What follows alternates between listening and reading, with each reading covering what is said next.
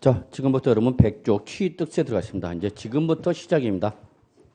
그래서 오늘 처음 뵙는 분들이 많아갖고 일단 1교시, 2교시는 뭐 부동산 세법이 뭐냐라는 총론에 관련된 내용을 가볍게 설명드려갔고요. 이제 지금부터 우리 개별 세법 하나하나씩 공부하도록 하겠습니다. 자, 제일 먼저 우리 취득세 기본적으로 몇 문제 정도 나온다고 여러분? 3문제 정도 나온다 보시면 돼요.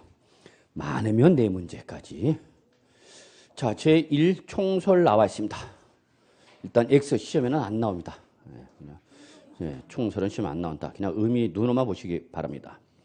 자, 취득세 의의가 있는데 한번 좀 같이 눈으로만 보죠. 자, 취득세라는 부동산 등 일정한 재산을 뭐하면 취득하게 되죠. 그럼 그 취득 행위, 동그라미 행위 자체를 포착하여 담세력에서는 조세를 부담할 수 있는 능력을 말합니다. 담세력은 뭐를 말한다? 조세를 부담할 수 있는 능력. 너 이번에 부동산 샀지 않냐? 아파트 샀지 않냐? 그러니까 뭐 내라? 세금 내라 그 얘기입니다. 그래서 이렇게 담세력을 포착하여 누구한테 밑줄? 취득자. 이자가 뭐가 되는 거예요, 여러분? 납세 의무자가 되는 거죠, 뭐. 자, 한번 성격 보죠, 뭐. 그래서 여러분 1교시, 2교시 때 처음 오신 분은 제가 어떤 스타일이구나라는 걸 뭐 느끼셨을 겁니다. 역시 취득세도 나름대로 성격이 있어 없어? 있죠. 1번이 제일 중요합니다. 취득세는 무슨 세다? 행위세다. 취득이란 행위가 일어나야만 납세의무가 발생하는 성격의 조세다 그럽니다. 이걸 뭐라 한다 여러분? 행위세. 자, 그러면 여기서 우리가 행위세의 특징을 잡으셔야 돼요. 행위세는 즉 취득이란 행위가 일어나야 부과된다는 거야. 근데 아시다시피 사람마다 취득이라는 행위는 발생 빈도수, 발생 시점이 같아 달라. 다 다르죠. 사람마다 다 다르단 말이야. 부동산 자체가 취득세 과세 대상이 아니라 부동산을 취득하는 뭐가 일어나야 돼? 행위가 일어나야 돼. 그러니까 이 행위세는 특성상 얘는 항상 무슨 과세가 되는 거냐? 이례적, 일시적, 우발적 과세가 된다. 이례적, 일시적, 우발적 과세가 되는 것이 특징입니다.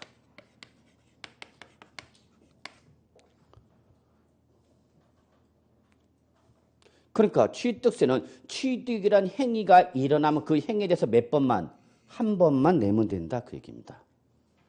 근데 그 행위 시점이 사람마다 발생 빈도수가 같다 다르다? 다르다. 다 달라. 언제 취득할지 몰라.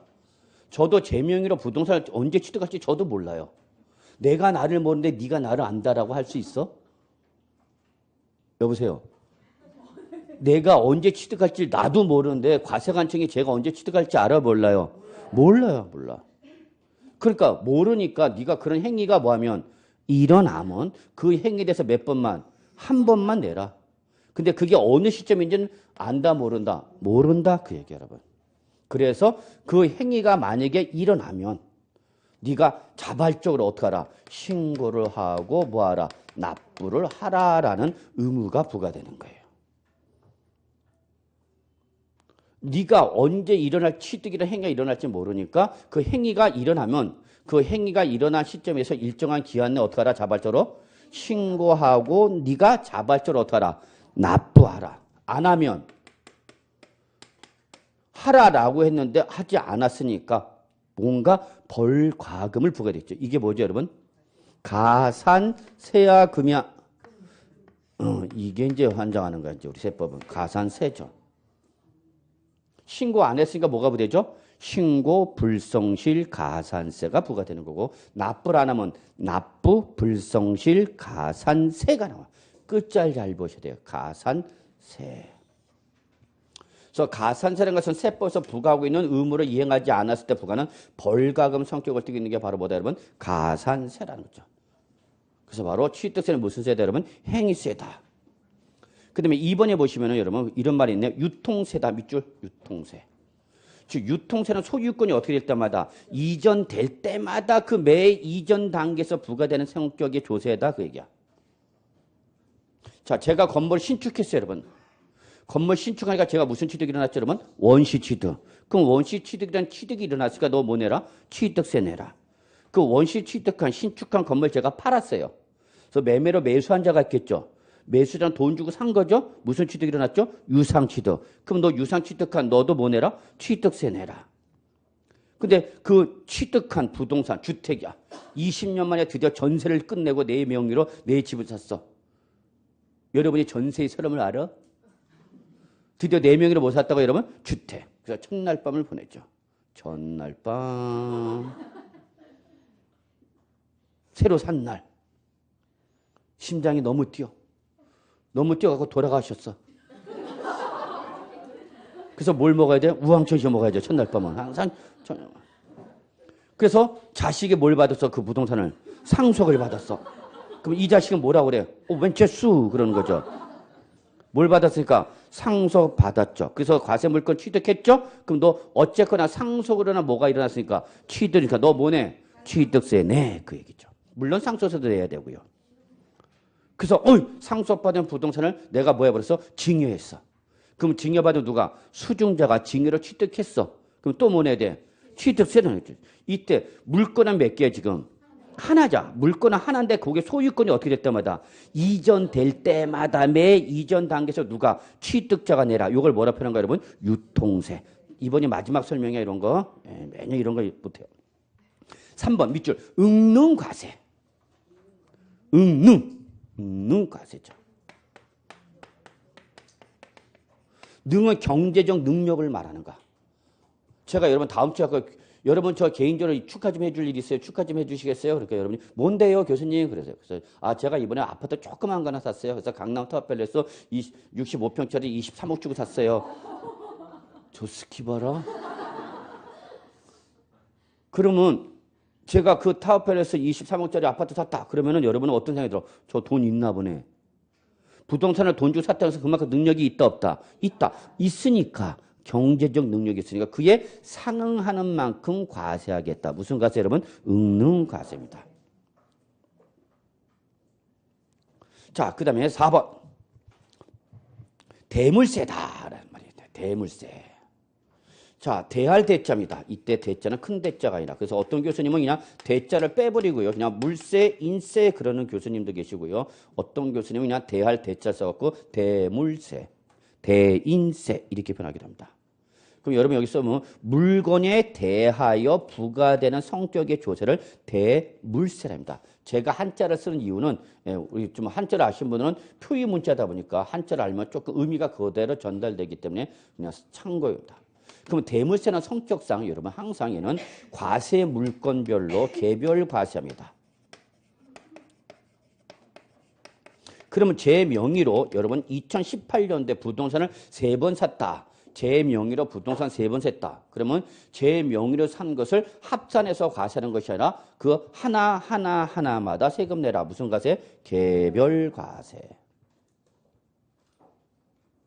몇 개 샀냐가 중요한 게 아니라 그 하나마다 내라. 그럽니다. 그리고 이런 개별 과세 때는 원칙적으로 무슨 세를 적용하는 거냐? 비례세율을 적용하는 걸 원칙으로 합니다. 그래서 취득세는 누진세율이 없습니다. 그럼 비례세율이라는 걸 좀 말해야 되는데 비례세율이라는 것은 과세, 자 우리 세액은 어떻게 계산한다고 했죠 여러분? 세율은 어떻게 된다고 해서 과세 표준에다가 뭘 곱해서 세율을 곱해서 뭐가 나온다? 산출세액이 나온다. 이걸 계산하는 법이 바로 세법입니다. 그랬어. 세법의 결론은 뭐랬어요 제가? 얼마예요? 그랬어요. 우리가 취득세를 공부하고 나면 결국 내가 특정 부동산을 취득했을 때 그에 대해서 내야 되는 취득세가 얼마냐를 계산할 줄 알아야 돼. 공인중개사가 그걸 계산해 줘야지. 내가 부동산을 매매로 취득했어. 드디어 샀어. 그럼 이 사신 분한테 여러분 뭐 얘기를 돼? 님께서는 매매로 부동산을 취득했으니까 일정한 기한에 취득세를 신고하고 납부하셔야 합니다. 라고 얘기해 주란 얘기야. 그래서 공인중개사한테 이 세법을 물어보는 거야. 만약에 신고 납부를 안 하면 법정 신고 기한에 신고 납부를 하면 뭐가 부과된다? 가산세 부과됩니다. 그럼 가산세 내기 싫으면 법정 신고 기한에 어떻게 하라? 신고하라. 그럼 이때 이 법정 신고 기한이 언제인지 여러분이 매수자한테 얘기해 주라는 얘기야. 그래서 세법을 여러분한테 물어보는 거야.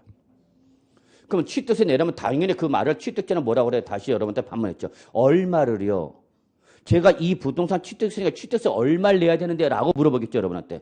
그럼 여러분이 얼마입니다 라고 얘기해 줘야 되는 거죠.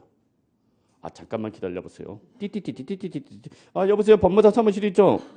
이번에 지금 5억짜리 아파트 하나 살려고 그러는데 이게 취득세가 얼마 나올까요? 세금 문제가. 그러면 그 고객은 여러분한테서 완스톱으로 제공이 되는 게 아니라 누군가를 거쳐가는 거죠. 그럼 이 사람이 뭐 아는 게 없네.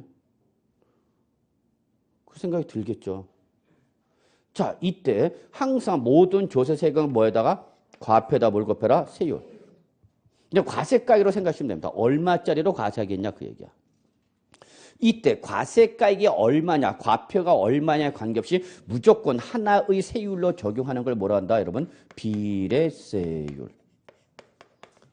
여러분이 일상생활관에서 가장 많이 내는 비례세율이 바로 뭐냐? 부가가치세. 몇 프로? 10%. 1,000원짜리 사도 10%. 만원짜리 사도 10%. 100만원짜리 사도 10%. 1억짜리 사도 10%. 무조건 과표, 과세, 가액에 관계없이 하나의 세율로만 적용하는 수평선의 형태의 세율을 뭐라 한다, 여러분? 비례세율이라는 거죠. 바로 취득세는 이러한 비례세율입니다. 그래서 부동산을 매매를 취득하면 몇 프로 때리냐? 4% 때려요. 1억짜리 부동산 사도 4%. 5억짜리 부동산 사도 4%. 10억짜리 부동산 사도 4%. 100원짜리 사도 4%. 그냥 하나의 세율로 정하는 걸 뭐라 해야 여러분? 비례세율이죠. 그래서 결론은 부동산을 매매를 취득하면 취득세 몇 프로 낸다고 여러분? 4%. 이건 여러분이 외우셔야 되는 거예요. 그런데 이 매매를 취득한 부동산이 주택이 돼. 자, 여러분 우리 세법의 기본적 마인드. 세법은 주택이나 농지를 바라볼 때는 아주 극한 눈길을 바라봐요. 사실 저도 여러분을 볼 때 두 눈의 눈길을 보냅니다. 복습 열심히 해주시고 공부 열심히 할 때는 그분이 그렇게 이뻐 보여. 그냥 눈길이 그윽히죠. 이뻐라. 그래. 공부를 열심히 하시는 분들은. 그냥 와서 그냥 생뚱맞게 이렇게 있다 가는 분들이 있어. 그러면 그분한테 눈길이 그윽할 수가 없죠. 이렇게 되겠죠. 공부 좀 해라 인간아. 그거와 관계없이 무조건 이렇게 과표의 크기와 관계없이 하나의 세율을 정하는 걸 뭐라 한다 그러면 비례세율. 그래서 몇 프로에 대해서 부동산일 때는 취득세 4%. 그런데 그게 뭐면 주택이면 또는 뭐면 농지면. 자, 기본적 마인드 갖추셔야 돼요. 세법은 주택이나 농지를 바라볼 때는 아주 극한 눈길을 바라보면서 세부담을 무겁게 간다, 가볍게 간다. 가볍게 갑니다. 이게 기본 취지야. 그래서 가능하면 주택이나 뭐일 때는 농지는 세부담을 무겁게, 가볍게. 그래서 남들 부동산 매매를 사면 몇 프로 내는데 4% 내는데 그게 뭐면 주택이면 주택이 얼마짜리냐에 따라서 6억 이하에다 그러면 몇 프로 때리고 1% 때리고 6억 초과 9억 이하에다 그러면 몇 프로 때리고 2% 때려. 아직 쓸 필요 없어. 다음에 할 거야. 9억을 초과해 몇 프로라면 3%. 그래서 매매를 취득하는 부동산이 모이기만 하면 주택일 때는 남들 몇 프로 때릴 때 4% 때릴 때 주택은 주택의 가액에 따라서 얘보다 낮은 세율 1%, 2%, 3% 이 셋 중에 하나를 때리겠다 그 얘기예요. 이해하셨어요?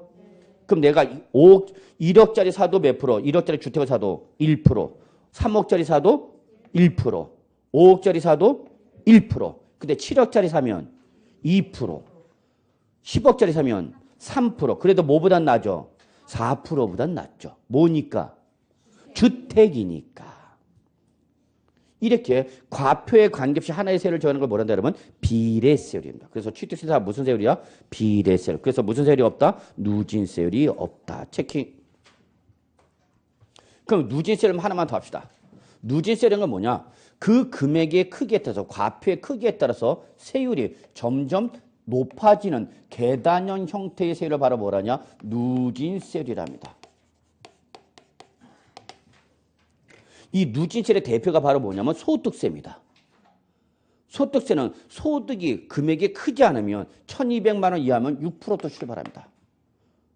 1,200을 쳐서 4,600만 원 구간에 해당하는 것들은 15% 세율 드립니다. 4,600을 쳐서 8,800을 때는 24% 됩니다. 그래서 최대 올해 개정이 돼서 몇 프로까지 가냐? 42%까지입니다. 몇 단계로 구분해서 가세냐? 7단계로 구분해서 가세합니다.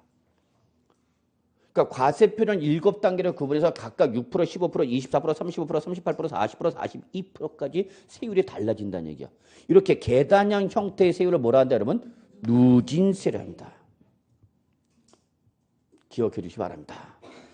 자, 그러면 취득세는 누진세례라는 게 있다 없다? 없다. 무조건 하나의 세를 적용한다.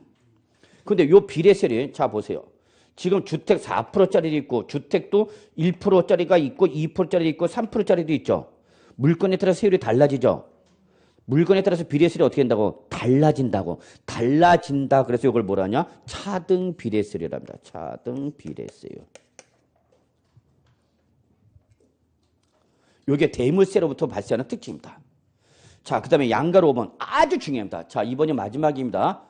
실질과세. 밑줄. 아주 중요합니다. 맨 마지막 양가로 5번. 무슨 과세? 실질과세 원칙. 세법의 가장 기본적인 원칙 중에 하나입니다. 자, 제가 아까 첫 시간에 세법의 당사자는 누구랬죠? 과세권자와 납세무자다. 자, 납세무자는 속정상 세법에다면 어떻게 한다면? 피하련다면 과세관청 세금을 어떻게 한다? 때리라고 그래. 자, 제가 건물을 샀어요. 제가 건물 샀는데 그 건물이 어떤 건물이냐? 건축법상 건축허가를 받지 않냐? 무허가 건물을 샀답니다. 그러면 취득세 과세 여부를 판단했는데 이놈이 건축법상 건축허가를 받은 그 건축물이 아니라 건축법상 건축허가를 받지 않냐? 무허가 건물 샀대. 그럼 취득세 과세한다 안 한다? 한다. 실질이 뭐면 건물이면 법률상 형식적 요건에 불비는 묻는다 묻지 않는다? 묻지 아니하겠다.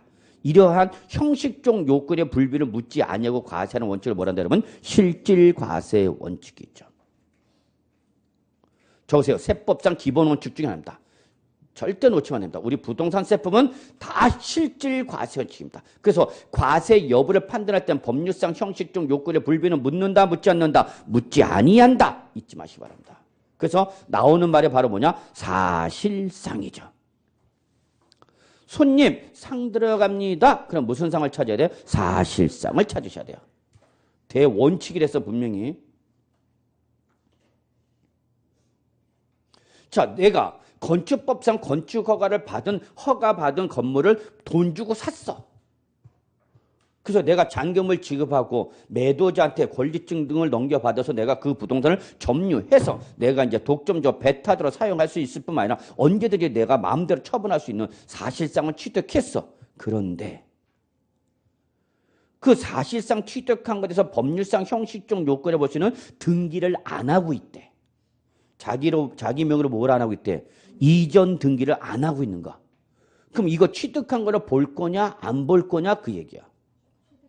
그럼 우리 항상 세법은 과세 여부를 판단할 때는 형식적 요건에 불비는 묻는다 묻지 않는다? 묻지 않았다. 네가 사실상 뭐 했으면 잔금을 지급하고 소유권 취득했으면 형식적 요건이 뭐를 하지 않았어도 등기를 하지 아니하셔도 우리 취득한 거를 본다 안 본다? 본다. 이렇게 등기를 하지 않았어도 과세할 수 있는 법리적 근거가 뭐다 여러분? 실질과세 원칙이라는 세법상 기본 원칙이 하나입니다. 꼭 기억해 두시기 바랍니다. 자, 요게 이제 우리 이번이 처음이자 뭐 마지막이다라고 보시면 될 것 같아요. 자, 101조 갑시다. 드디어 세법 당사자 두 사람이 나오네요. 누구? 과세권자와 납세무자입니다.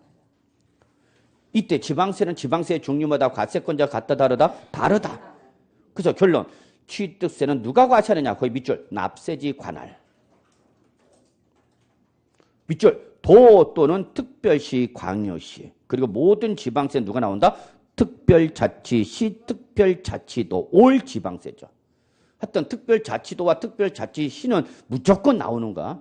다만 취득세는 누가 부과한다? 도지사, 서울은 특별시장, 인천은 광역시장이 부과하는 거다. 그입니다. 이때 납세지는 어디냐? 1번 부동산이 있던 밑줄 소재지. 저거 지방세는 예외 없음. 지방세를 때릴 때는 무조건 부동산은 어디를 납세한다? 소재지입니다. 그러니까 이런 개념을 잘 모르는 분들이 계시네요. 자, 보죠. 어디 갔어? 지웠나? 여기 갑이 을한테 팔았어요. 부동산을 매매했어요. 근데 이 부동산이 서울특별시 강동구에 있는 성내동이 돼. 저희 집인데요. 도로 하나만 넘어가면 올림픽공원 북이무냐. 그래서 어디로 편입돼? 송파구가 돼. 근데 횡단보도를 건너면 뭐가 돼? 강동구가 돼. 그래서 집값이 차이가 있어. 그래서 우리도 송파구를 잡아주세요 그러죠. 그게 바로 어디죠? 풍납동이죠. 풍납동 무슨 구예요? 송파구야. 그래서 풍납동 계신 분들이 풍납동 명의를 바꿔달래. 잠실 맷동으로 바꿔달래. 그러니까 누가 또 반대? 잠실에 계신 분들. 무슨 니네가 잠실이야. 거기는 풍납동이지. 같은 군대도 그래. 그게 어디에 영향을 미치기 때문에? 집값에 영향을 미치게 되죠. 건너가면 둔촌동 재건축 아파트야. 근데 우리 길 건너면 어디야? 송내동이야. 집값이 안 올라. 자, 그래서 팔아버렸어. 기분 나빠갖고. 어디 거를? 근데 이 사람 주소지는 어디 있는 사람이냐? 서울특별시 강남구에 사시고 계신 분이고, 이는 어디 할까? 경기도 하남시의 주소지를 두고 있는 사람이야. 주소지는 갑은 강남구, 을은 하남시, 물건은 강동구, 성내동.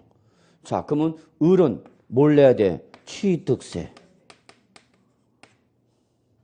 그러면 경기도 도지사한테 내야 되는가? 서울특별시장한테 내야 되는가? 어?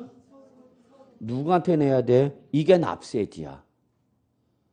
그러면 이때는 부동산에 대한 뭘 때릴 때는 지방세를 때는 예외 없이 무조건 어디래서 소재지. 그렇기 때문에 취득세 과세권자는 서울특별시장이 과세권자다 그 얘기입니다. 그런데 갑은 양도를 했으니까 국세인 뭐가 부과돼? 양도소득세가 부과돼. 그러면 이 양도자인 갑은 뭘 내야 되는데? 양도소득세야. 그러면 이 사람은 어디 세무서에 내야 돼?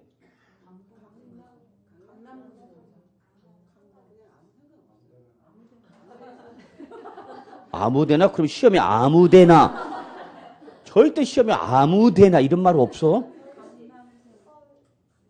자, 제가 그랬죠. 부동산에 대해서 지방세는 항상 어디랬고 소재지라고 그랬어.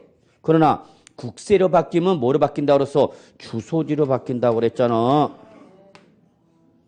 어느면 또 어야. 맨날 어야. 이게 국세냐 지방세에 따라서 납세지가 달라져요.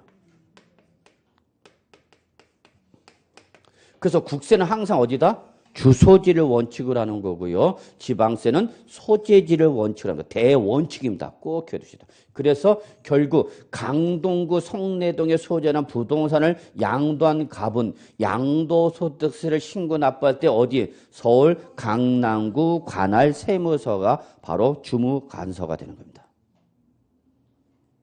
아무데나 그러면 안 돼. 시험에 아무데나라는 거 없어.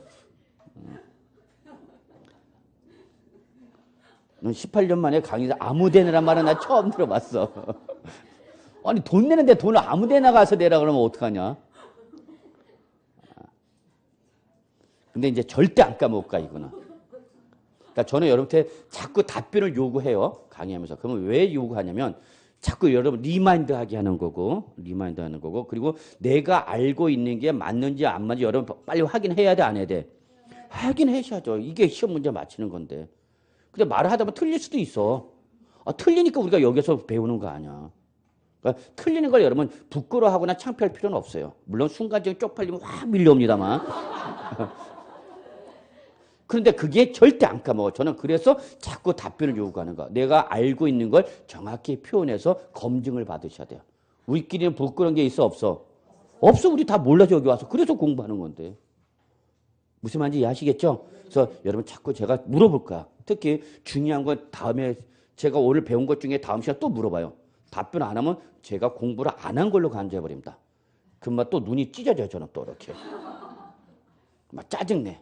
목소리가 막 올라가. 여러분 특히 앞에 앉으신 분들은 열심히 공부하셔서 답변을 잘해 주시기 바랍니다. 그래서 앞에 한 분들이 꼭 합격을 하는 거예요. 그래서 그래요.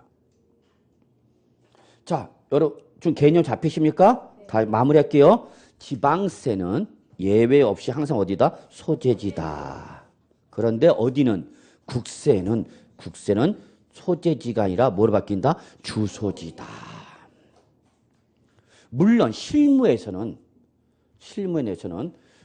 이 사람이 강남구 관할 세무서에 양도소득세를 신고를 해야 되는데 강동구에다가 신고했어. 그럼 납세지를 위반한 거죠? 그러면은 이때는 강동구 세무서장이 강남구로 보내줘요. 아, 이 사람이 몰라서 나한테 와서 신고했다. 야, 보내줘. 그래서 이렇게 납세지를 납세 의무자가 위반했다. 몰라서 위반한 거죠? 내가 낸 건 냈잖아. 다만 내가 잘 몰라서 일로 갔을 뿐이지. 그래서 이때는 다 보내줘요. 그래서 이때는 아무 데나가 또 맞아지네. 그래서 납세 의무자가 납세지를 위반했다 해서 납세 의무를 위반한 건 아니야. 다 알아서 보내줘. 이해하셨어요? 예. 자, 그거 잊지 마시고요. 넘어갈게요. 102쪽. 납세 의무자. 자, 별표 3개. 팍팍팍. 개별 문제 출제될 가능성이 저는 올해 높다라고 봅니다. 그래서 여기서 시험에 나오면 여러분은 맞춰야 되는 거야. 나왔는데 제가 나온다고 표시까지 해드리고 정리했는데 거기서 나왔는데 진짜 나왔네. 내년에 꼭 외워야지. 그러면 이제 돌아버리는 거야. 자, 납세의무자는 결국은 취득자가 납세의무자인데 대물세는 특성상 이 취득하는 자가 개인이냐 법인이냐 단체 이런 걸 묻지 않습니다. 그래서 결국 취득세는 누가 내는 거죠? 1번 취득자. 그래서 과세 물건의 취득자. 그래서 보시면은 취득세는 부동산, 차량, 기기장비, 항공기, 선박, 임목, 광호권, 어권, 골프권권, 승마권권, 콘돔권권, 종합적시이권권 또는 요토권을 뭐한 사람한테 미쳐 취득. 이게 결론이야. 취득한 자가 취득세 내라. 그러면 거기 부동산부터 요트 회원권까지를 우리는 뭐라 썼냐? 과세 물건. 취득세 과세 물건을 취득한 사람이 내라 그 얘기야. 그래서 부동산부터 어디까지? 요트 회원권까지를 우리는 뭐라 표현한다? 과세 물건. 근데 2번 사실상 취득자가 나왔죠. 적으세요. 실질 과세 원칙이죠. 그래서 무슨 상이 나왔어? 사실상이 중요하고 여기다 동그라미 쳐야 돼. 그래서 취득자 갖고 출제는 장난 안 쳐, 여러분한테.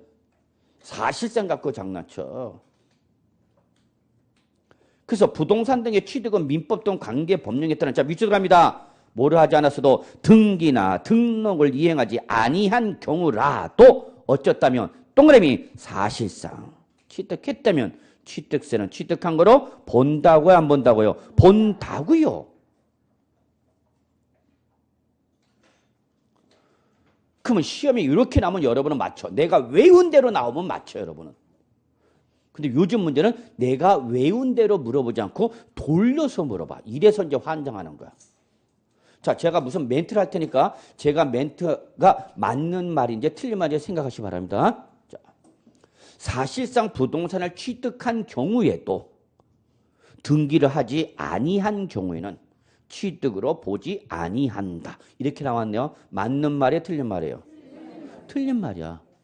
뭐를 하지 않았어도 사실상 어떻게 했으면 취득했으면 취득한 거를 본다 안 본다? 본다. 그래서 취득세 과세하겠다 안 하겠다? 하겠다. 그 법률적 근거가 되는 게 뭐다? 실질 과세 원칙이다. 그 얘기입니다. 이해되셨나요, 여러분? 그래서 항상 세법은 사실상과 공부상이 다르면 같으면 문제가 없는 건데 다르면 이때 세법은 둘 중에 한 놈을 골라야 돼. 그럼 뭘 골라라? 얘가 대원칙이다 그 얘기야. 잊지 마시기 바랍니다. 자, 요런 개념을 제가 강조하는 이유는요. 분명히 여러분 시험에 보면 내가 전혀 보지도 듣지도 못했던 시험에 나올까? 문제 지문이 있을까? 그럼 찍어야 돼 그런 거는. 이때 찍을 때 무조건 3번 찍는 게 아니라 내가 그동안 배웠던 지식을 어떻게 하고 총동원해서 이렇게 했으니까 이럴 것 같아 라고 찍는 수밖에 없어. 근데 그걸 개념을 알고 찍는 분하고 개념을 모르고 그냥 냅다 3번 찍는 사람하고는 하늘과 땅 차이죠. 그런 분들 계서 어떤 분은 나는 뭐는 무조건 3번이야. 너 그러다 시험 3번 본다.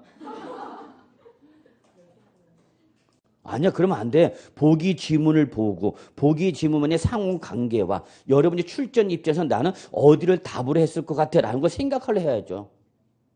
저는 앞으로 그런 걸 많이 트레이닝 시킬 거야. 찍는 게 중요합니다. 찍는 게. 아는 거 맞는 거는 문제지만 모르는 걸 뭐해서 찍어서 맞히는 게 그게 여러분 합격을 보장하는 방법이죠. 이 찍는 게 그냥 찍는 게 아니라 그동안 내가 보고 배우고 그걸 동원해서 찍는 거야. 그래서 요령이 있어. 자, 그래서 결론. 세법은 사실상과 공부상이 뭐하면 다르면 이때는 주저없이 어디로 가라? 사실상으로 가라. 근데 예외적으로 요 놈으로 하는 경우가 있어. 요건 뭐야, 여러분? 예외야, 예외. 시험은 뭐랬어? 예외가 중요하다고 그랬어요. 예외가. 그래서 나중에 계산세 가면 이게 그렇게 시험에 나오네. 사실상이냐 공부상이냐 이거 찾으란 문제가 그렇게 나와. 근데 나올 때마다 틀리네. 그거는 뭐냐? 원칙과 예외를 명확하게 구분하지 못하니까 교수님 짜증나 죽겠어요. 그래. 왜요? 아니 어쨌든 사실상 냈다 갔더니 또 공부상이 됐어. 또 공부상 냈다 갔더니 또 뭐래? 사실상이 돼. 어디로 가야 돼요? 짜증나 죽겠어. 그럼 난 그러죠. 난 네가 짜증난다. 뭐를 구분하는가? 원칙을 물어보는지 예외를 물어보는지 그걸 봐야지. 출전이 뭘 물어보는지를. 이해하셨죠? 예. 그런데 거기 별표 하나 취득의 제한이 있어. 차량, 기계장비, 항공기, 주문을 받아 건져서 받아. 자, 밑줄 4개야. 밑줄 칠할 때 제가 끊어주세요. 그럼 딱딱 끊어야 돼. 밑줄 칩니다. 차량 하나, 기계장비 하나, 항공기 하나, 주문을 받아 건져서 선박. 밑줄 몇 개 쳤어요? 4개. 요 놈은 반드시 취득이 어떤 취득이냐를 확인하셔야 돼요. 그래서 동그라미 칩니다. 무슨 취득? 승계 취득. 승계 취득. 이때만 취득을 봅니다. 승계가 에다 동그라미 쳐야 돼. 그럼 출전 이걸 어떻게 장난치냐?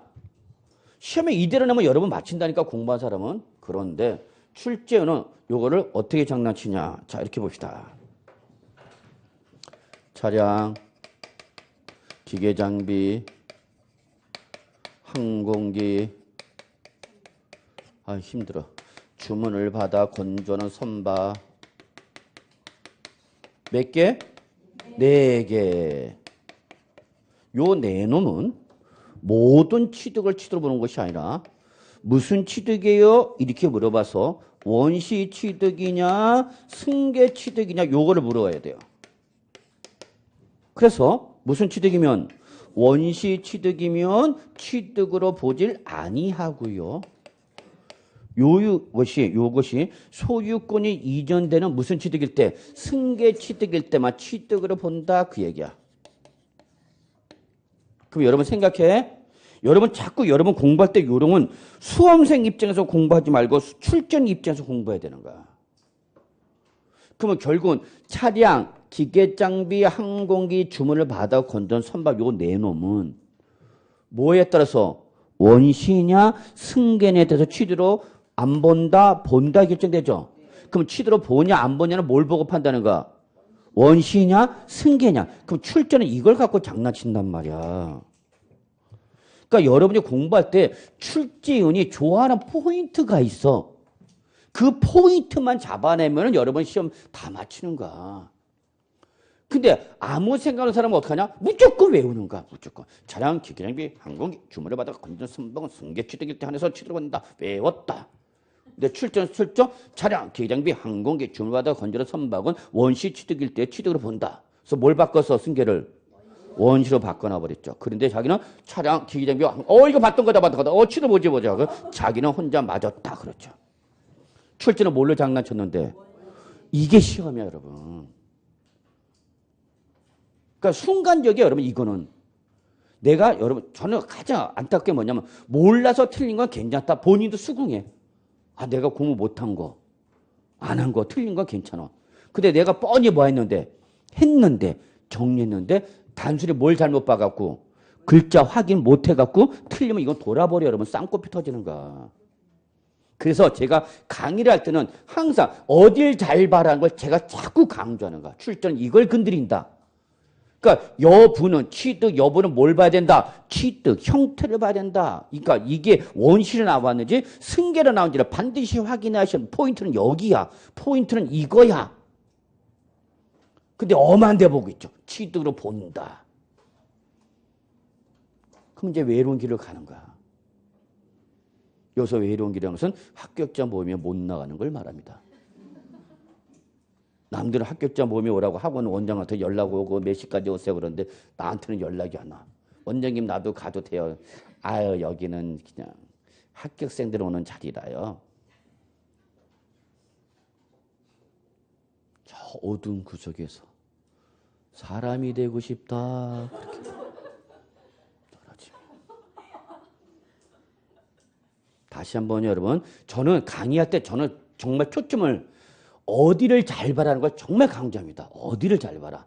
이 조문에서 이 조문 우리 거기 차량, 기계장비, 항공기, 주문을 받아 건조는 선박은 승계 취득에 한해서 승계 취득일 때 취득을 본다라고 했죠. 그럼 이 법 조문에서 출전이 건드리는 부분은 어떤 부분이냐? 이걸 건드린다는 얘기야.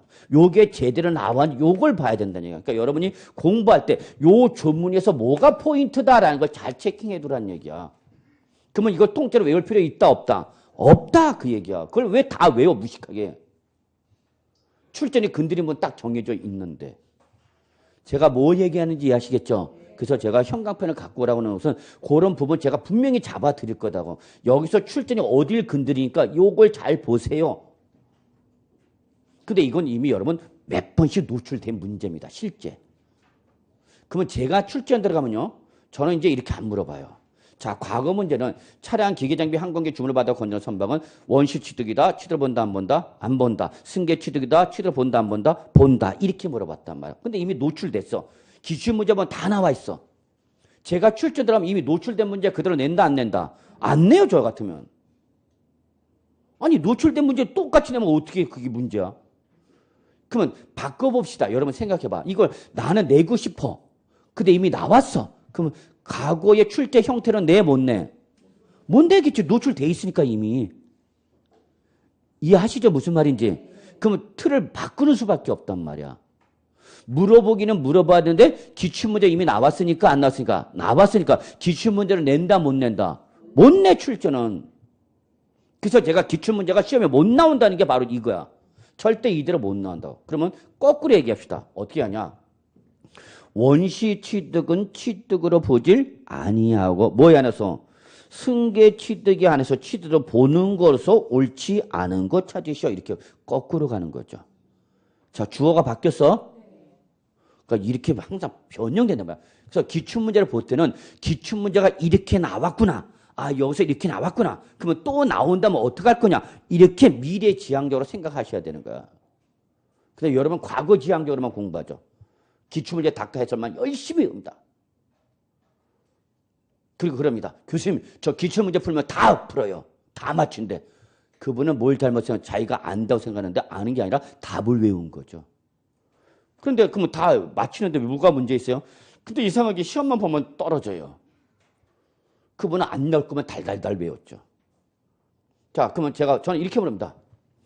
이렇게 물어봐요. 제가 만약에 이걸 시험에 낸다 그러면 자, 다음 중 원시 취득은 취득으로 보지 아니하고 승계 취득에 한해서 취득으로 보는 것은 옳지 않은 것, 틀린 것은 이래놓고 1번 차량, 2번 기계장비, 3번 항공기, 4번 주문을 받아 건전 선박, 5번 판매 목적으로 신축한 주택.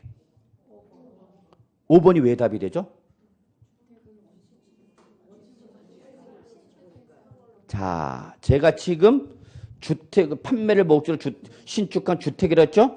자, 주택은 뭐죠? 부동산이죠. 그러면 취득의 제한을 받는 거는 모든 과세 대상이 아니라 어떤 놈? 요 네 가지만에 해당하는 거죠. 그럼 얘는 원칙 규정이야? 예외 규정이야? 그러니까 이게 어렵단 말이에요, 여러분. 그러니까 출전이 원칙을 먼저 예외를 물으면 이제 돌아버리는 거야. 이거는 원칙 규정이야? 예외 규정이야? 예외 규정이단 말이야. 근데 나는 뭘 물어서? 부동산. 그럼 나는 뭘 요구한가? 원칙을 물어본가? 예를 물어본가? 원칙을 물어봤단 말이야. 그러면 취두로 봐야 돼, 안 봐야 돼? 봐야죠. 이게 시험 문제, 여러분. 이해하셨죠? 네, 앞으로 여러분 공부 패턴은 무조건 거기 있는 조문을 외워서는 안 된다는 얘기야. 우린 여기 외워 있는 거 지금 시험에 합격하게 한 거죠. 모든 포커스는 어디에 초점 맞춰야 돼? 시험에다 초점 맞춰야 돼. 물론 내용을 이해하는 건 시험에 맞추기 위한 거야. 물론 진짜 문제 실무 나가서 하셔야 되는 거지만. 무슨 말인지 아시죠? 네, 그래서 저는 앞으로 계속해서 모든 포인트는 시험에다 초점 맞춰놓고 강의합니다. 자, 그렇게 보시고요. 자, 주체구조부 취득이란 말 조금 이제 어려운 말 나왔다. 아, 이게 말이 어렵지 아무것도 아닌데. 같이 봐요. 요것도 시험에 자주 나오는 메타. 납세 의무자 하면 자주 물어보는 시험 규정이야. 같이 봐요. 건축물 중 조작 설비 그 밖에 부대 설비에 속하는 부분으로서 그 주체구조부와 하나가 되어 건축물로서의 효용 가치로 이루고 있는 것에 대하여는 주체구조부 취득자 외의자가 가설한 경우에도 주체구조부 취득자가 함께 취득한 걸로 본다. 한 번 보고 두 번 보고 세 번 봐도 이게 뭔 소리냐. 자, 여기서 사람이 몇 명 나왔어요? 2명이 나왔어요. 밑줄. 첫째, 주체구조부 취득자, 외의자가 한 사람이 나왔고, 다시 누가 나왔어?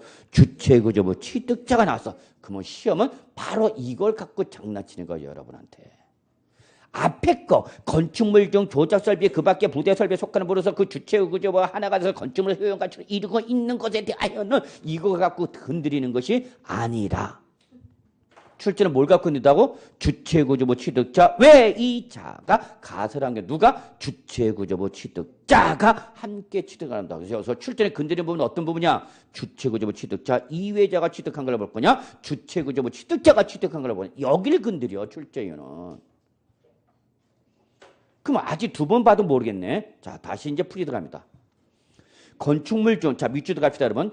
조작 설비, 그 밖에 부대 설비에 속하는 부분으로서 그 주체구조부와 하나가 되어 건축물로서의 효용 가치를 이루고 있는 것. 여기까지 한 줄.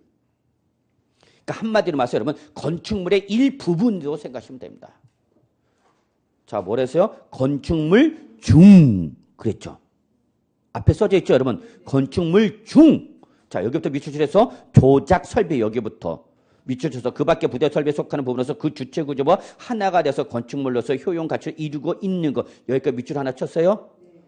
그러니까 건축물에 적어놔. 밑줄 친 거 위에다가 건축물 부대 설비를 말하는가. 여기 지금 밑줄 친 거 조작 설비부터 효용 가치를 이루고 있는 것까지 밑줄 쳐놓고 적어놓으라고 뭐라고? 건축물 부대 설비를. 누가? 주체구조부 취득자 이외의자. 여기서 여러분 주체구조부는 여러분 건축물로 보시면 됩니다. 주된 건축물. 그러니까 주체구조부는 뭐를 말한다? 건축물. 이거 보시고 그러면 주체구조부 취득자 이외자 밑줄 치셨어요? 그리고 꼭 적어주세요. 3글자. 임차인 등을 말한다. 그래도 즉 임차인이 건축물에 부수된 설비를 뭐 했어도 가설했어도 다시 밑줄 누가? 주체구조부 취득자 밑줄. 이 사람이 취득한 걸 보겠대. 그러면 이때 주체구조부 취득자 누구를 말하나? 저 건축물 소유자 또는 임대인.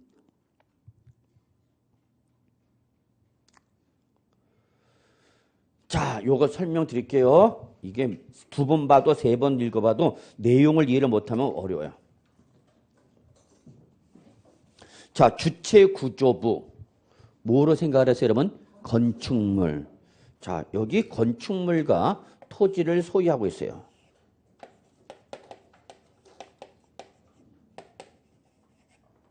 누가 갖고 있냐? 갑이 갖고 있어요, 여러분. 갑이 이 건축물을 뭘 줬냐? 임대를 줬어요. 그래서 우리 임차인이에요. 자, 근데 우리 학원 건물인데 학원이 5층에 있어. 그놈의 엘리베이터는 꼭 10층까지 갖다 내려왔을지는. 그럼 만장일치에서 기다려야 돼.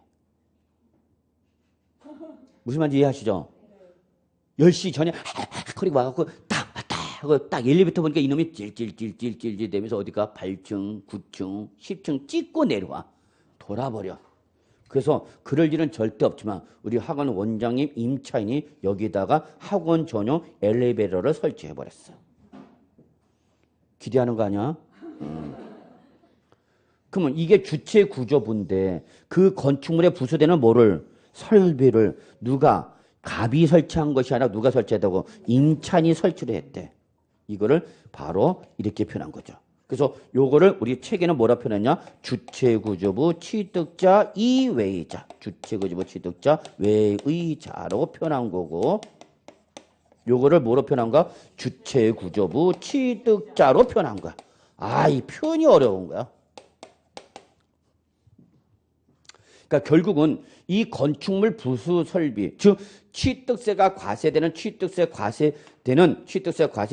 부대 설비를 설사 누가 했어도 임차인이 설치했어도 이건 어차피 누구 거니까? 갑 거니까 갑한테 때리겠다 그 얘기야, 여러분.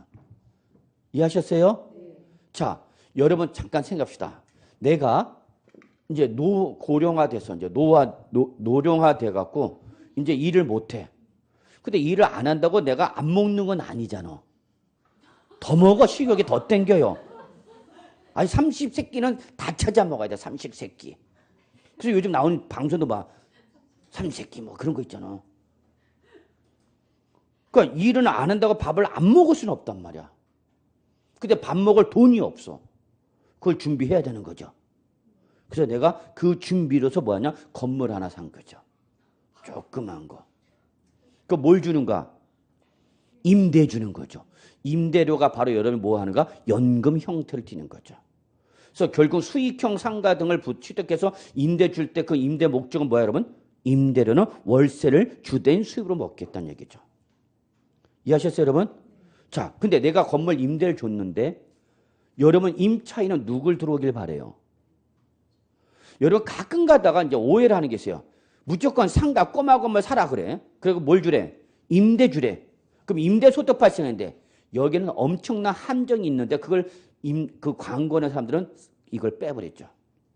결국 임대는 누구한테 돈 받아요?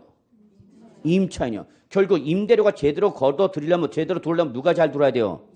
임차인이 잘 들어야 돼요.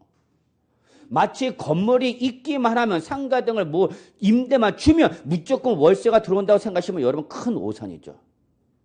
임차인한테 달렸어요, 여러분. 임차인이 잘 들어야 돼. 임차인이 돈을 잘 줘야 될 거 아니야. 그러니까 당연히 여러분 임차인을 선호할 수밖에 없어. 그럼 여러분이 건물 갖고 있어? 근데 어떤 사람이 들어왔으면 좋겠어, 임차인은? 돈 잘 주는 사람. 그렇게 막역하게 얘기하지 말고. 어떤 사람이 임차 들어왔으면 좋겠어, 내 건물에? 저는 은행 등 금융기관에 들어왔으면 좋겠어요. 왜? 얘들은 무슨 말은 안 할 거야? 그렇죠. 돈 없다는 소리는 안 할 거 아니야.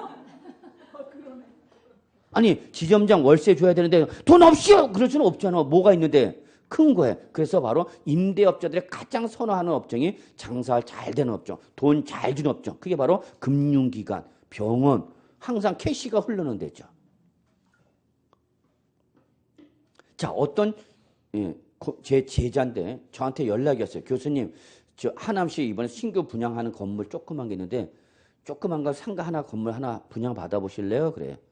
짜투리 건물에 몇 평 안 돼. 집사람이 연락 왔어요. 자기야, 우리 이거 하나로 사서 분양 받을까?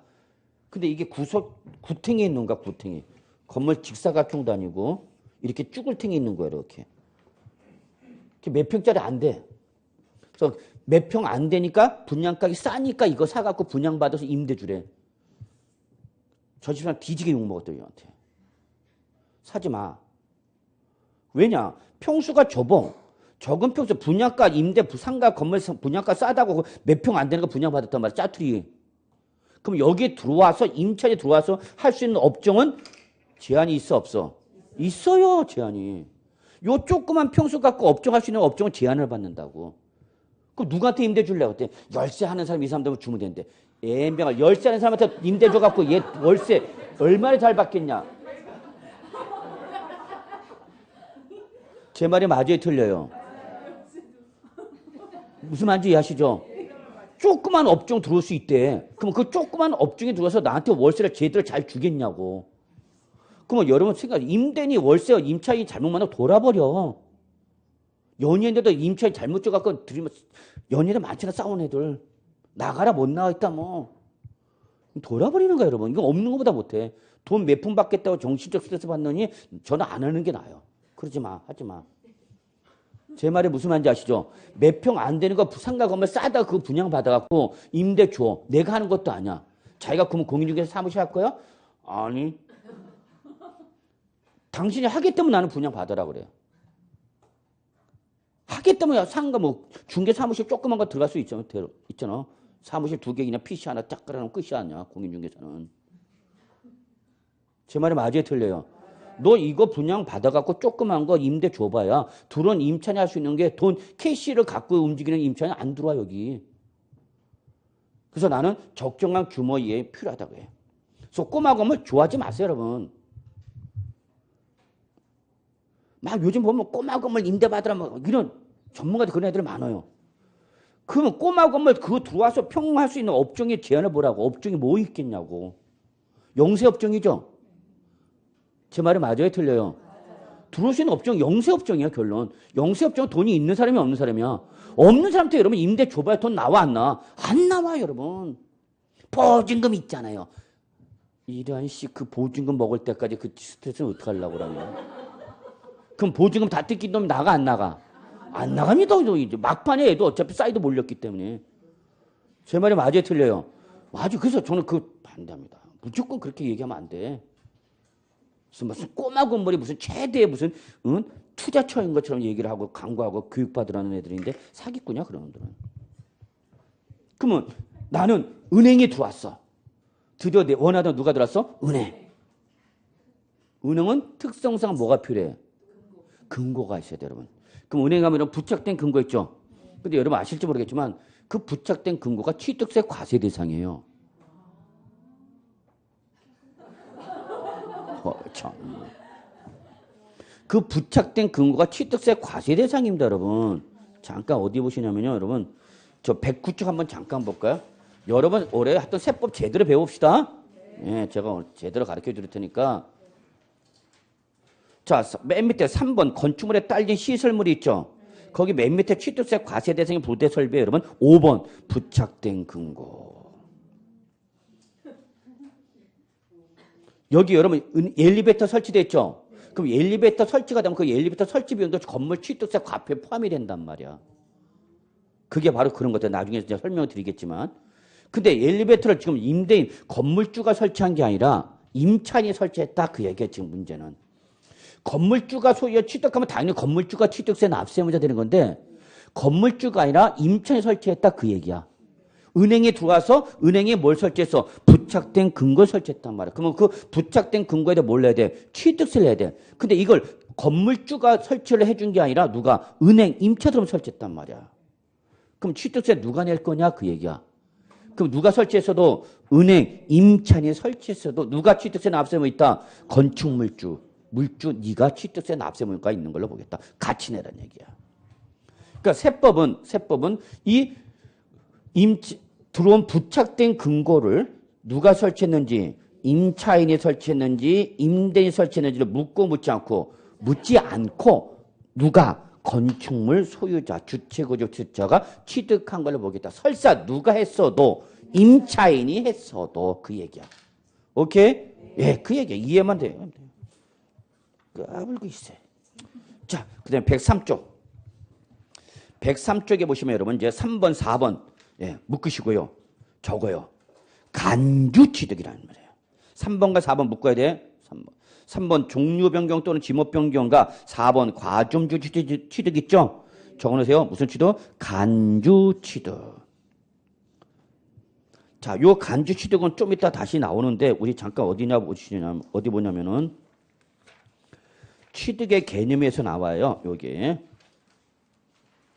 113쪽 잠깐 적어놓고 오십시오. 113쪽 적어놓고. 자, 113쪽 적어놓고 113쪽 오면 2번 간주 취득 찾으셨어요? 네. 예, 별표 3개 시뻘게 칩니다. 여러분 시험 범위다라고 했는데 시험에 나온다. 자, 그래서 간주 취득의 개념 좀 잡고요.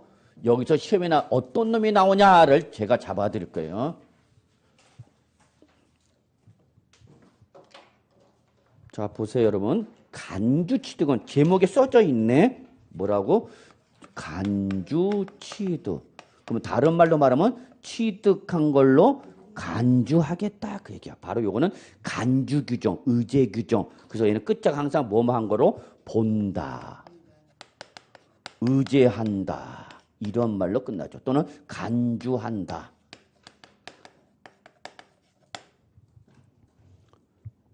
여러분 민법을 배우실 때 간주규정과 추정규정 구분해서 배우시죠? 네. 그래서 이 간주규정과 구분되는 게 무슨 규정이다? 추정규정이야. 그러면 간주취득은 글자 그대로 무조건 법률에서 정하는 요건을 충족하면 법률적 효력이 발생하는 걸 바로 뭐라냐면 간주규정이랍니다. 그러니까 무조건 취득한 걸 뭐 하겠다? 보겠다 그 얘기야. 그러면 이때 간주취득은 우리가 적어놓으세요. 한 마디나 적어놓으세요. 간주취득이란 형식상으로는 취득이란 행위가 일어나지는 않았어. 그러니까 등기부상 갖고 있는 변동이 있다 없다? 없어. 형식상으로는. 근데 얘가 어떤 일정한 행위를 함으로써 일정한 행위를 취함으로써 그 재산의 가치가 증가가 되면 그 증가한 가액을 취득한 걸로 보아서 취득세 과세하겠습니다. 라는 게 바로 간주취득입니다. 요거 일단 적어놔. 일단 개념을 좀 아셔야 돼요. 그래서 간주취득이라는 것은 형식상 등기부상 갑부에는 취득 등기가 일어나지는 않았어.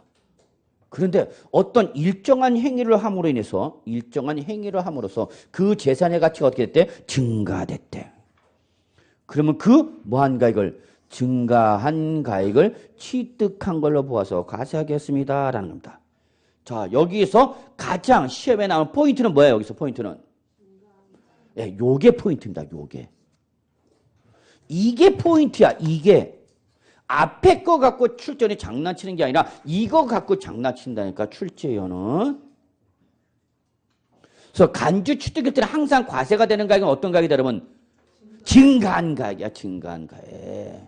그럼 이걸 출제는 어떻게 바꾸냐? 별로 바꾸지도 않아. 살짝. 요거를 출제는 살짝 쭉 가다가 쭉 요 조문 그대로 빼다가 요만 살짝 뭐로 바꾸냐? 전체 가액으로 싹 바꿔놔. 스키가. 그래놓고 여러분한테 이거를 맞았게 틀렸게 그러면 형식상 취득이 일어나지는 않았지만 일정한 행위로 인해서 그 재산의 가치가 증가하면 증가한 걸 취득을 본다. 맞네 거의 뭐. 그래갖고 맞다. 근데 출제는 뭘 건드려서 요는. 여기서 포인트는 증가한 가액이 포인트야. 출전이 건드린 건 요걸 건드려. 그러니까 제가 이럴 때 강조하는 게 뭐냐. 출전이 어딜 건드리지 자꾸 여러분이 공부할 때 인식을 한다. 이건 다른 과목도 똑같은 거야. 출전은 아무거나 건드리지 않습니다, 여러분. 법률에서는 가장 중요한 것이 법률 요건이고 그 법률 요건이 충족되면 그에 따른 법률 효력이 발생하는 것이고 그 효력에 대한 예외가 있을 것이고 거기에 대한 판례가 있을 것이고 그런 걸 구분하면서 공부하셔야죠. 저 결론 이거죠. 그러면 일단 여러분 개념은 도대체 형식상 취득이라는 행위는 일어나지는 않았지만 일정한 행위에 의해서 재산의 가치가 어땠다면 증가된다면 재산의 가치가 어땠다면 증가된다면 어떤가에 증가한 가액을 취득해서 취득세 과세가 되냐. 그럼 출제는 이걸 고치면 어디 고친다 이거를 살짝 뭐로 바꿀 수 있다. 전체가액. 그럼 이 포인트 이 법조문서 포인트는 요게 포인트란 이야기예요. 여기를 잘 봐야 된다 그 얘기입니다. 그러면 여러분은 일단 요거 보죠. 요게 이제 우리 책에 나와 있는 게 바로 종류 변경. 그래서 선박, 차량, 기계 장비의 뭐 여러분 종류 변경. 또는 토지의 뭐 여러분 지목 변경. 또 뭐 여러분 과점 주주.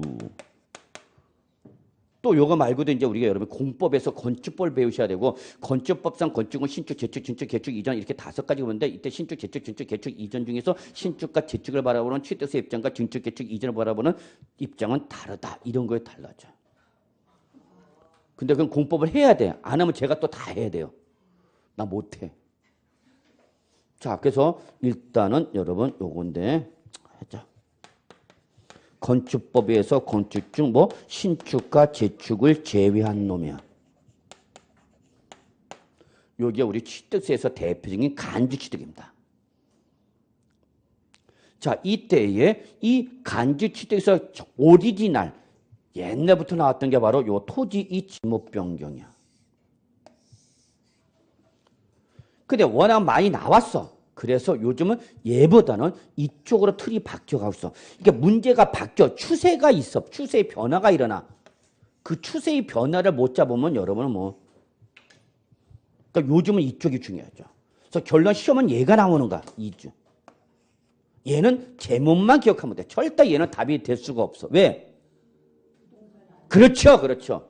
항상 답은 부동산에서 찾으셔야 돼요.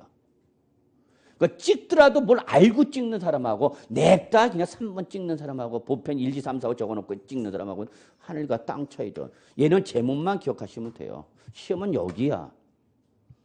그러면 이 간주 취득의 대표 사례가 바로 뭐다? 토지 이 지목 변경이야. 이건 여러분이 어디서 외우셔야 되냐? 공시법에서 지적법을 알고 계셔야 돼요. 했겠지. 했으리라 믿습니다.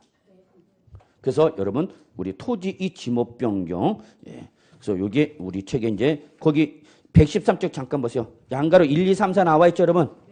예, 이 중에서 2번, 3번, 4번을 묶으시고요. 2, 3, 4 묶으시고요. 시험에 나오는 건 2, 3, 4번이다 그 얘기야. 1번은 제목만 기억하시면 돼. 그래서 별표 3개 표시하세요.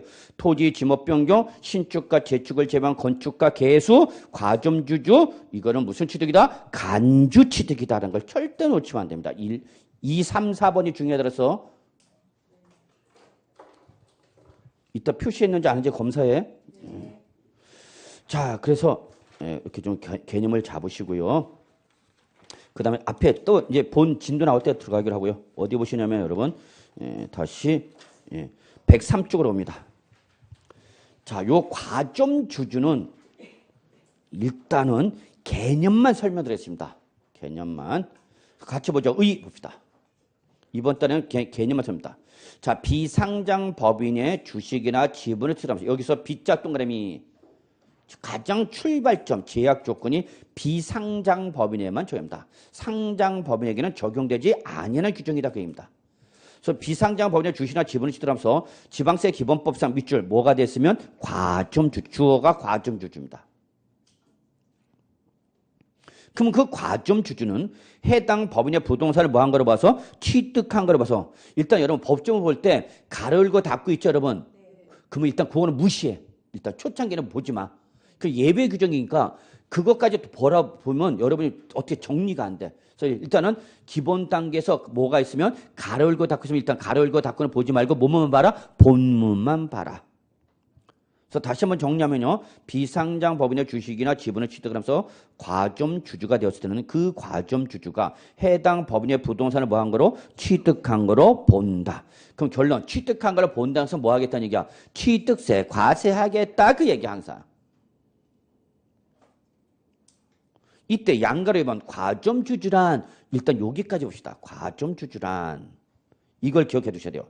같이 봐요. 눈으로 주주나 유한 책임자 한 명과 그와 대통령은 친족 그 밖에 특수관계는 자의 소유 주식의 합계 또는 출자액의 합계가 해당 법인 발행 주식 총수 또는 출자액. 자 들어갑니다. 100분의 50 초과 100분의 50도 중요합니다. 지분율 50%인데 더욱 중요한 건 초과가 더욱 중요합니다.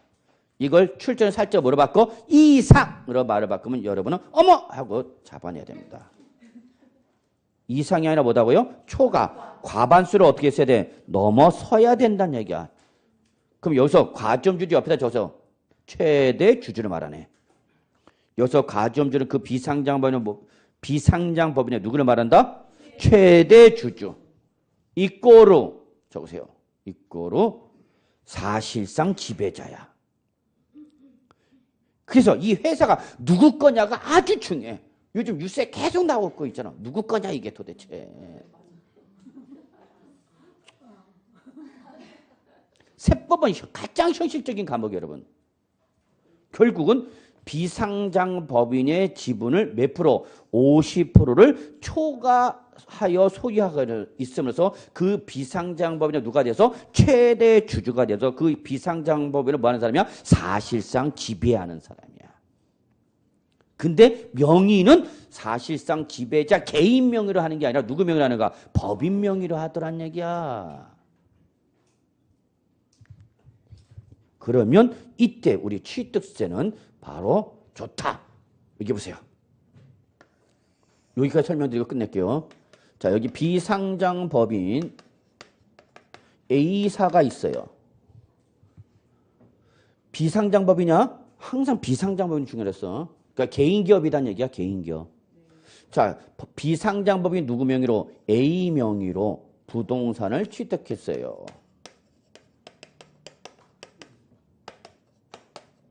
그래서 이 부동산이 누구 거다고? 법인. 자, 부동산은 법인 명의로 취득할 수 있어요, 없어요? 있어요, 당연히 법인은.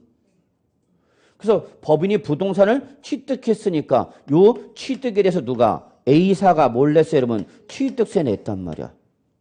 그래서 요 부동산 등기부를 보면 누구 명의로 잡혀 있다고? 법인 명의로 잡혀 있다니까. 그런데 이 비상장 법인이 발행한 주식이나 지분을 몇 프로 초과해서 50%를 초과하여 소유하고 있는 주주 갑이 있다 봅시다. 그래서 갑의 주주 지분이 몇 프로인가 봤더니 55% 돼. 많이도 안 갖고 있어. 몇 프로? 55%야. 그럼 50% 초과한 자, 이 자를 우리가 아까 뭐라 표현한가? 과점주주. 그럼 결국은 이 사람은 55% 갖고 있음으로 해서 다른 주주 지분 모아봐야 몇 프로야? 45%야. 이 사람보다 지분이 많을 수가 없어. 그래서 제가 아까 과점주주 옆에다 뭐라고 적어놨어? 최대 주주야. 그 비상장은 최대죠. 그러니까 모든 이 비상장 법인의 모든 의사결정은 누가 해요? 갑이 했죠. 갑이. 근데 법률 행위는 누구 명의로 해요? 법인 명의. 이게 문제다는 얘기야. 실체는 개인 갑의 행위로 하는데 명의는 누구 명의로 하더라는 얘기야? 법인 명의로 하더라 그 얘기야. 오케이?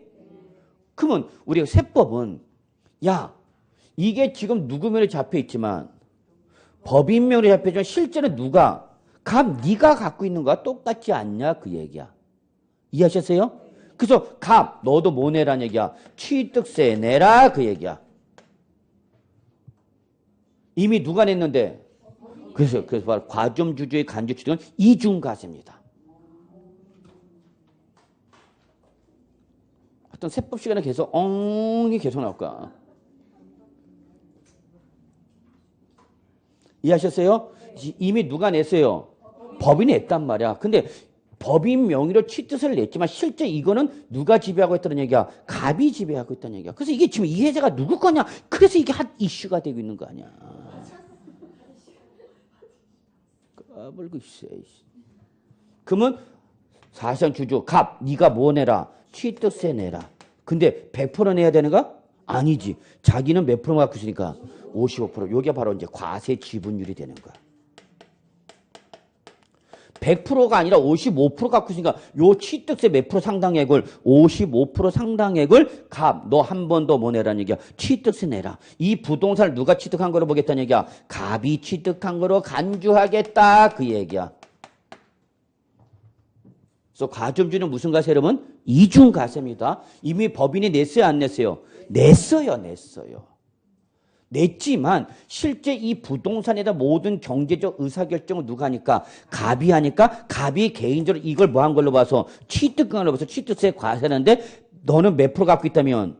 50%. 그럼 요 지분, 네 지분만큼만 내라는 얘기죠. 그래서 여기는 항상 과점주는 제일 중요한 포인트가 바로 과세 지분율이 포인트예요. 오케이? 이런 개념을 뭐란다 그러면 과점주주를 한다. 근데 여러분 절대 놓치면 안 되는 게 거기 의의에서 법조문에는 가르고 닫고 있는데 자 찾으세요. 가르고 닫고 법인을 설립 시에 발행하는 주식이나 지분을 취득하면서 과점주주가 된 경우는 취득으로 보지 아니한다는 법조문 가르고 닫고가 있어요. 찾으셨어요? 양가로 1번에? 마지막에 있잖아. 이게 일단 별표나. 요게 제일 먼저 출전이 건드렸던 부분이야. 결론. 과점주주에 대해서 취득세를 과세하지만 법인을 뭐 할 때는 설립할 때 과점주가 됐든 과세를 하겠다 안 하겠다? 안 하겠다. 뭔다. 취득으로 보지 아니한다. 저 제외한다. 취득으로 보지 아니한다. 밑줄 쳐놓고 저거 이거로 뭐다? 제외한다.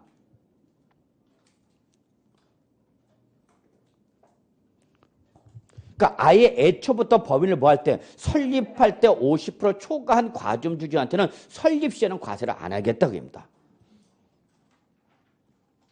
이게 첫 번째 포인트죠. 근데 이거는 이미 과거에 나왔어. 그래서 제가 그랬어요. 이제는 이건 옛날 문제다. 이제 시험에 나온다면 출제는 어디 고친다? 과세 지분 갖고 장난칠 거다. 역시 여기서 고치는 거죠. 요즘 문제는. 까불고 있어요. 그래서 과세 지분은 여러분 최초 과점주주가 됐을 때 다음 페이지 기존 과점주주가 됐을 때 재차 과점주주가 됐을 때의 그 형태에 따라서 과세 지분이 달라지는데 결론 거기 취득세 과세 지분율 박스 정리를 해놨습니다. 제가 예, 거기 별표 2개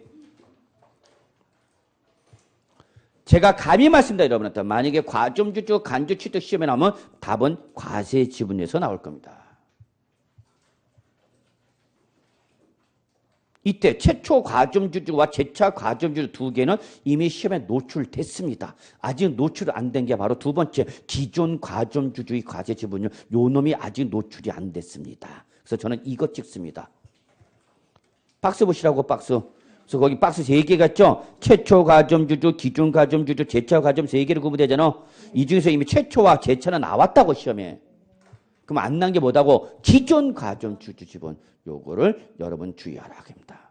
자, 오늘은 여기까지 해야 되겠네요. 여기까지 하고요. 다음 주부터 이제 우리 본 강의 들어간다 보시면 됩니다. 그래서 예, 꼭 좀 복습 오늘 한 것 좀 해주시고요. 예, 오늘 수업 여기서 마무리하도록 하겠습니다. 여러분 수고하셨습니다.